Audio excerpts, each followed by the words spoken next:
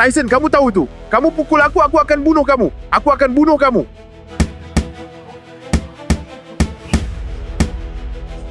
Dia jelas karakter paling tangguh yang pernah dihadapi Tyson sejauh ini. Maksudnya dia benar-benar orang keras dari jalanan. And Mike Tyson traditionally no robe, no socks. He says it makes him feel like a warrior, makes him feel like a gladiator. Tahun 1986, Madison Square Garden, New York, penonton bersorak keras. Tyson melangkah masuk ke ring hanya 17 hari setelah pertarungan melawan Tillis.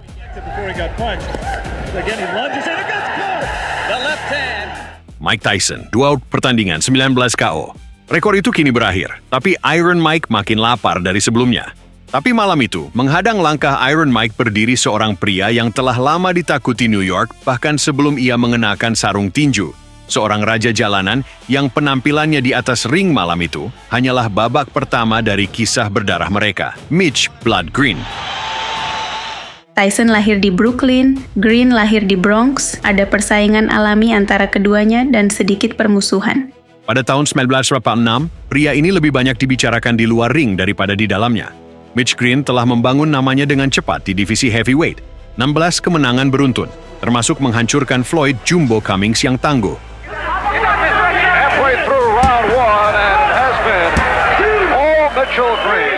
Jangkauan hampir 2 meter, tinggi sekitar 196, dan pukulan yang selalu ingin dihindari lawan. Tapi prestasi tinjunya hanya setengah dari reputasinya. Green adalah pemimpin salah satu geng jalanan paling berbahaya di New York. Di usia 17 tahun, dia ditembak 2 kali, dan kedua kalinya bangkit seolah tidak terjadi apa-apa. Aura sosok yang tak tersentuh itu melekat padanya selamanya. 4 gelar Golden Gloves menyempurnakan gambaran itu. Seorang pria yang benar-benar tidak bisa dihancurkan. Tapi ada satu orang di jalanan New York yang tidak peduli dengan aura itu, Mike Tyson muda. Sewaktu kecil, dia dan Green pernah tergabung dalam geng rival di Brooklyn. Dendam lama telah menumpuk selama bertahun-tahun, dan ketika peringkat WBC mempertemukan mereka di atas ring, Green melihatnya sebagai kesempatan untuk menuntaskan urusan dengan musuh lamanya selamanya. Ia memanfaatkan setiap kamera, setiap mikrofon, mengubur Tyson dalam hinaan, memprovokasi, dan mencercanya secara terbuka dan kejam. Blak-blakan, Michelle Tyson. Dia homo, tetap homo. Istrinya juga homo. Aku akan memukulnya. Mau apa kamu kalau aku ajak pergi wanitamu? Aku sudah buat janji kencan sama Robin Givens, bro. Sekarang mau apa kamu? Mau marah sama aku? Tyson itu homo. Tutti frutti. Pepsiku. Iya sayang. Tidak ada laki-laki yang boleh ciuman sama laki-laki lain. Aku nggak suka yang begitu. Dia ciuman sama laki-laki. Dia homo. Biarkan aku panggil dia homo. Tyson menerima tantangan itu. Tak peduli siapa lawannya, ia datang untuk satu tujuan, membungkam mulut paling berisik di divisi ini. Dia banyak bicara, waktunya didiamkan. And Mike Tyson traditionally no robe, no socks. He says it makes him feel like a warrior, makes him feel like a gladiator. Tyson muncul dengan tampilan khasnya, celana hitam, sepatu hitam, tanpa kaus kaki, tanpa jubah, dada terbuka, sudah berkeringat, siap untuk menghancurkan. The pre-fight introductions. HBO, that between Larry Holmes and Michael Spinks. Round 1, Mike Tyson right on top of Mitch Green. Just as expected, Mike Tyson. Keep that jab in his face and not be intimidated by his punching power. Mike Tyson and his cornerman Kevin Rooney, his trainer, were not real pleased with the Tillis fight because they said... Saat lonceng berbunyi, ia maju menunduk, rendah, meledak, langsung masuk ke bawah lengan panjang Green. Green membalas, kanan-kiri cepat, tajam mengejutkan untuk pria sebesar itu. Green tak lari, ia berdiri dan bertarung. What he's going to have to do to be successful is to box. Pretty much do the same thing a boxer should do to a puncher.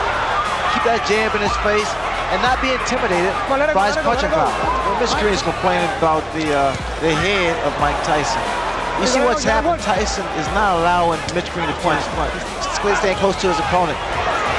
It's similar to Joe Frazier. Always aggressive, right in front of his man. Now we see some head movement. But That's when he throws his punches. Well, the mistake that additional 2 rounds.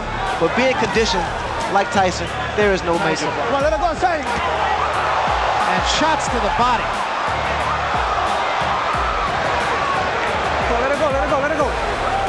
Akhir ronde pertama, senyum sombong itu hilang. Green berjalan kembali ke sudutnya.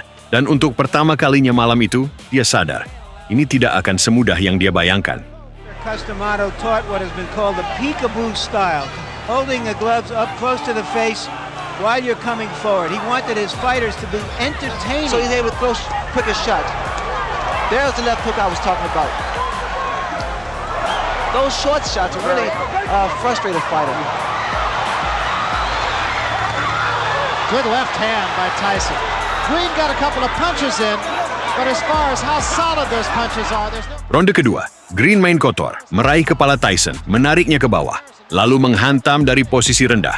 Aturan jalanan, tanpa ampun. Tapi Tyson hafal semua trik itu. Dia besar di jalanan yang sama. Mitch Green has a bad habit of leaning back. Watch the left hook of Mike Tyson land. Every time Mitch Green moves backwards, in his opponent's chest, because what happens by him being so close, it compensates for his height, the disadvantage. You notice a lot of leverage, the body shots. Watch for the left hook. There it is again. Hijau mulai memeluk Tyson erat dalam clinch, mencoba memperlambatnya, membungkusnya, menghancurkan ritmenya. Tapi itu tidak berhasil. Tidak ada yang berhasil. Actually down around his chin rather than up on his cheeks. What I'm looking forward to seeing whether or not powerful and more effective. The uppercut's working beautiful for Mike Tyson also. And again, Mike Tyson bolting out of his corner right on top. Corner. Green has been bleeding from inside the mouth, and I can't help but wonder if maybe he might not have suffered some... Di setiap ronde, Tyson menguasai pertarungan. Ronde ketiga, satu pukulan kiri lurus dan pelindung mulut Green terbang ke penonton. Bersama itu, gigi-giginya ikut terlepas. Green terus bertarung. Again, Barry, you have to watch these little short shots thrown by Mike Tyson. Very, very effective. But is he doing that tonight? Well, the problem he's making, he cannot keep Mike Tyson off of. Those little inside shots is really busting up the mouth of Mike. Tyson had against Tillis. And what a shot! That is an awesome shot. That was just a jab. You have to appreciate one left jab. And the mouthpiece is gone once again. Tyson's fight, trying to fight him inside. Trying to exchange punch for punch. He can't do that.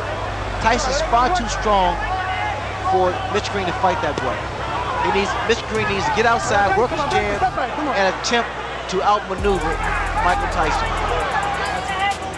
Hands high. He works his way in. That was a right hook. You see the exposed area to the body. You have to think, Ray, that maybe the Tillis fight woke him up. Well, it reassured him that he is a conditioned athlete. He can go.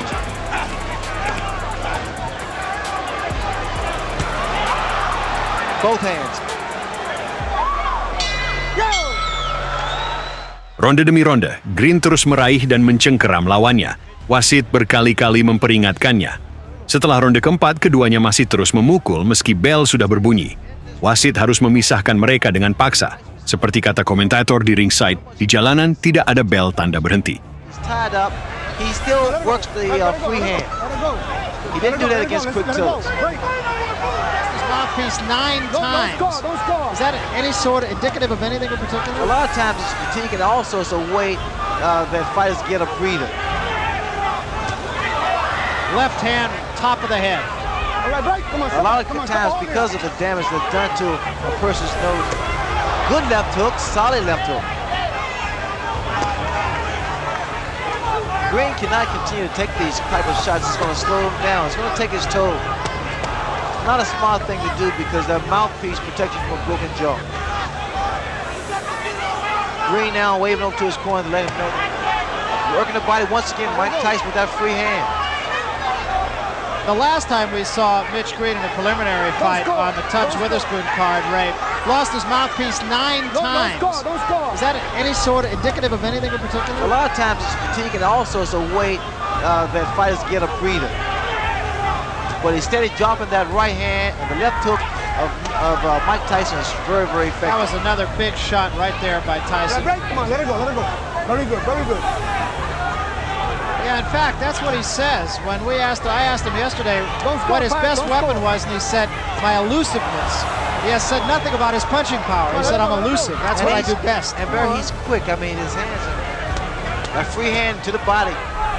And that's something that he did not do against Quick Tillis. Yo! Come on, Dad. Come on. momen yang akan dikenang selamanya, dan itu terjadi di ronde 5. Tyson bergoyang kiri kanan, menghindari pukulan, lalu tersenyum. Ia mengejek Green langsung di hadapannya, mempermalukan musuh lamanya di depan seluruh New York. Got a little upset with the referee. I guess the referee was trying to warn him for holding to Tyson because Tyson's going straight ahead. He's coming straight ahead. The reason you tie a fighter up is to at least clear your head or either to throw off his timing. Concerned about going the distance, going 10 rounds. In fact, we talked to him about that. Tyson's talking to Mitch now. In the Tillis fight, he fought hard for about 5 rounds, and then he seemed to coast a little bit. Can be learned in talking to some of the people he fought. Look at here. Just laughing at him.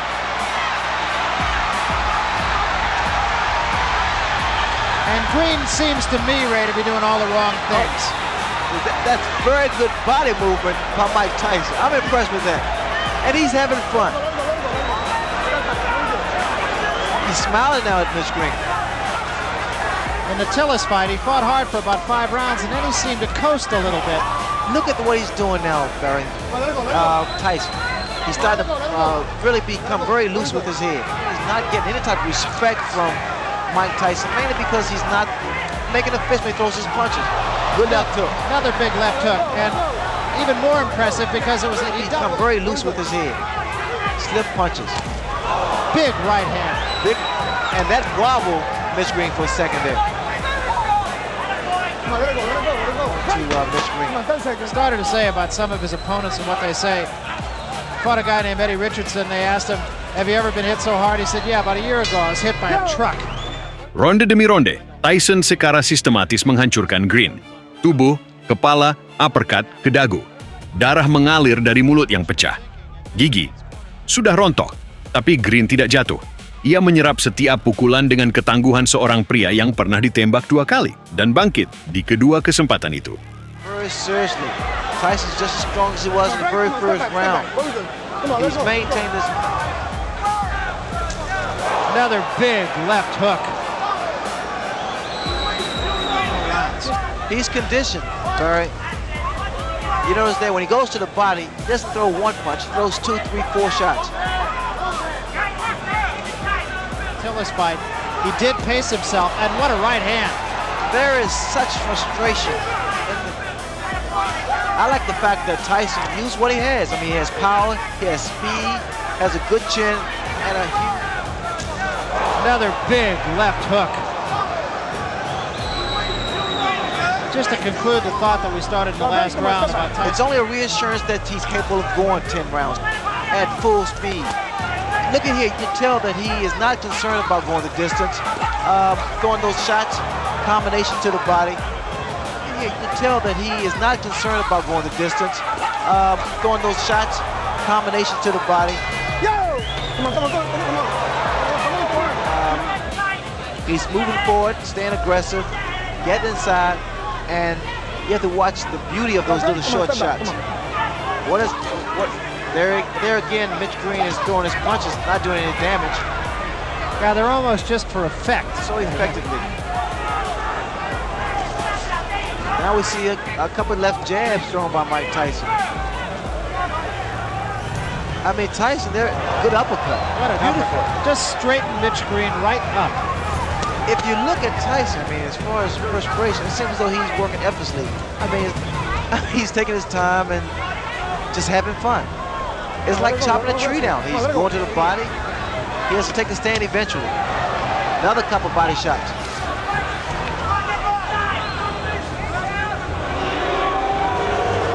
Look at the uppercuts. And he's setting Mitch Green up with uppercuts. He throws his left jab. Dan kemudian, ronde 8. Satu-satunya momen perang sesungguhnya. Green melancarkan serangan bertubi-tubi dengan tangan kanan dan kiri. Tyson menghindari setiap pukulan, lalu membalas dengan hook kiri yang menghancurkan, tepat ke kepala. And now we see Mitch Green. He landed with a good uppercut there. Green just trying to tie Tyson up, and a couple of good shots by Mitch Green. His best rally of the fight right here. Look here. No. He's caught Tyson 4 or 5 times, and Tyson for the first time seems a little bit puzzled. Well, he's smiling. Tyson is smiling, but see, Green has those hands properly. He's holding behind the head, which he allows those shots like that to land. When you tie a man up, you hold him, you grab around his arm. That was another. See the body shots.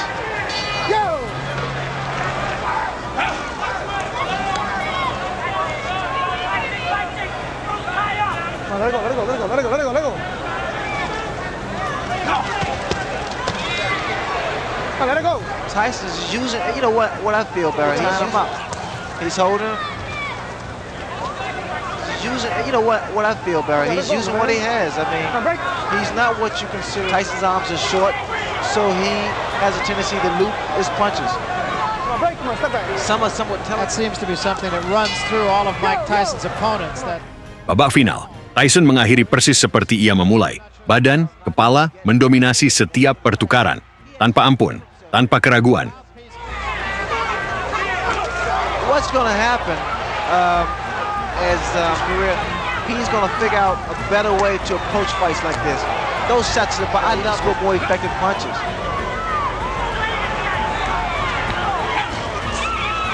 Move those hands down a little too low, because if you meet a good puncher, the speed. Ketika bel akhir berbunyi, 3 juri telah melihat cukup. Keputusan bulat, Tyson menang. Tapi bagi Green, tidak ada kartu skor yang bisa menceritakan kisah sebenarnya. Ia tak pernah menerima keputusan itu. Hingga hari ini, ia tak akan pernah menerimanya. Apakah kamu puas? Ya, tentu saja. Saya ingin terdengar kasar, tapi saya tidak bermaksud untuk membuatnya pingsan. Saya ingin memberikan tekanan besar padanya dan membiarkan dia sendiri yang memutuskan apakah mau menyerah atau tidak. Kalau dia kena pukulan di dagu dan tidak melihat pukulan itu datang, dia bisa bilang, saya tidak lihat pukulannya, makanya saya pingsan. Jadi saya serahkan keputusan itu kepadanya, dan saya harus akui, saya sangat menghormatinya. Dia benar-benar orang yang tangguh. Tapi cerita mereka tidak berakhir di situ. 2 tahun kemudian, Green menemukan Tyson sendiri. Malam hari di Harlem, tanpa aturan, tanpa baju, penuh amarah. Bertahun-tahun kebencian akhirnya meledak. Dendam lama, uang Don King, orang asing di wilayahnya pukul 4 pagi, yang dimulai dengan kata-kata berakhir dengan darah di aspal Harlem. Juara dunia kelas berat tak terbantahkan itu berkelahi di jalanan seperti anak kecil, tanpa sarung tinju, tanpa wasit, tanpa ampun. Ini persis kayak Jason. Oh tidak. Yang aku lagi mukulin orang ini dan dia tuh beneran, dia kayak aduh bro, tapi dia nggak mau jatuh. Aku mikir, apa yang lagi terjadi? Tanganku sakit banget, sial. Aku hajar dia habis-habisan. Boom, aku pukul dia dan kepalanya membentur mobil. Aku bilang, sialan. Jadi aku masuk ke mobil dan bilang, ayo kabur dari sini. Dan waktu aku lihat dia paginya, dia masih hidup, tapi kondisinya parah banget. Aku ingat foto di koran itu. Aku kayak, wow, untung dia nggak mati. Nggak. Green jatuh dan bangkit lagi. Jatuh dan bangkit. Sempat terlihat seolah dia berhenti bernapas, tapi dia selamat. Siapa yang memukul pertama di sini? Iya, dia mulai memukul saya. Green pergi dengan mata kiri tertutup, luka di hidungnya, dan 5 jahitan. Tyson mengalami tangan kanan patah, dan pertahanan gelar yang ditunda selama 1 tahun penuh. Dia memukulku. Aku tidak melihat pukulannya datang, dan dia tidak membuatku jatuh sama sekali. Aku lihat dia begini lalu kabur. Dia kabur. Setelah 2 pertarungan berturut-turut yang berlangsung penuh, para kritikus akhirnya angkat bicara. Apakah Tyson benar-benar tak terkalahkan seperti yang semua orang yakini? Iron Mike mendengar keraguan itu dan menjawabnya dengan satu-satunya cara yang ia tahu, dengan naik ring melawan nama paling berbahaya dalam daftarnya. Sosok yang pernah diminta Cus D'Amato untuk dihindari sampai ia cukup berpengalaman. Tyson sudah menang di mata mereka, tapi menurutku dia akan tidur saat aku naik ke sana.